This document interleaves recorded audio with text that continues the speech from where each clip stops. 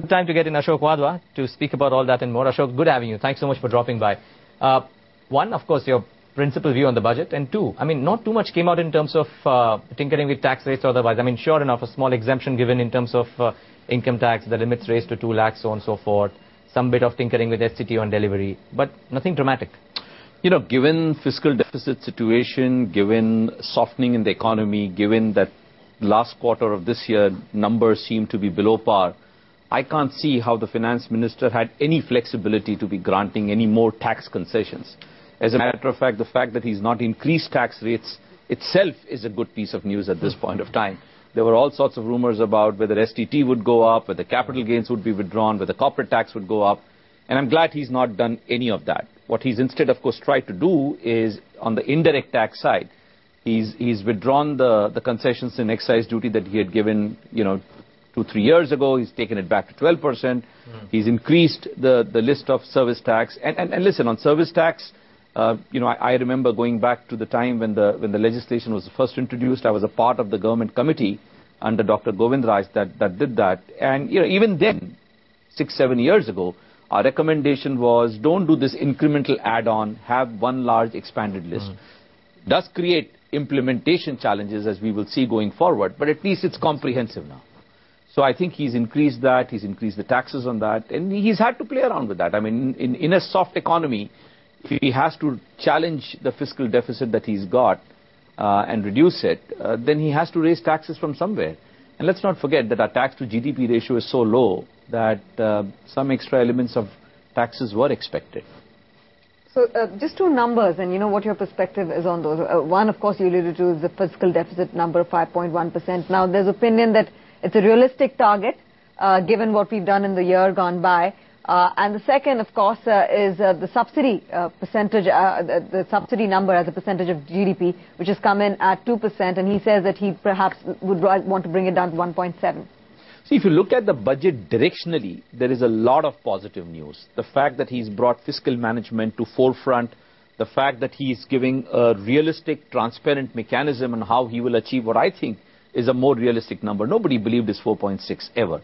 But people are still doubting 5.1 even after. And it's possible he won't achieve 5.1. As a matter of fact, prior to the budget coming out, when we were asked a question about where do you think he'll peg the fiscal deficit, my view was he's so low on credibility that he ain't going to hang it below 5.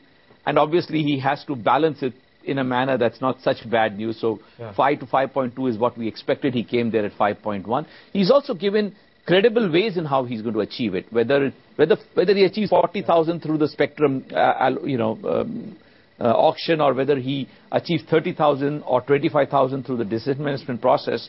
Those are all very real numbers, very achievable numbers. And I would believe that if he was to push himself a little, historically our budgets have been strong on vision and very poor on implementation.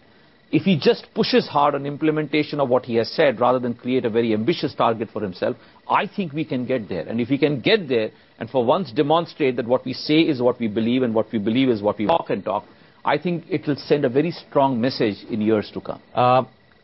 One key word on what's happened to infrastructure as a space, because a lot was expected. What they have done, aside of other things, is maybe raise the limit for infra bonds, so on and so forth, and some provisions with regards to how the external commercial borrowing funding could take place for certain key areas.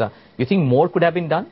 Because the spaces have come off now after their initial bit of an uptick. But they have identified two specific verticals within infra, one being civil aviation and the other being power and coal, where they have introduced several concessions, not just increase the borrowing limit, introduced ECB for working capital, introduced a lower withholding tax from 20 to 5%, and granted a whole host of excise duty and custom concessions to be able to provide support to both of these industries, and surely both of these industries do need these concessions and more to be able to survive.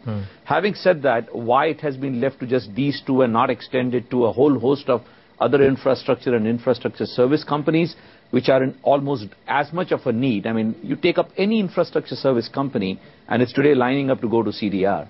Was there a way for them to do something where these companies could get a little breather in a similar manner with lower cost?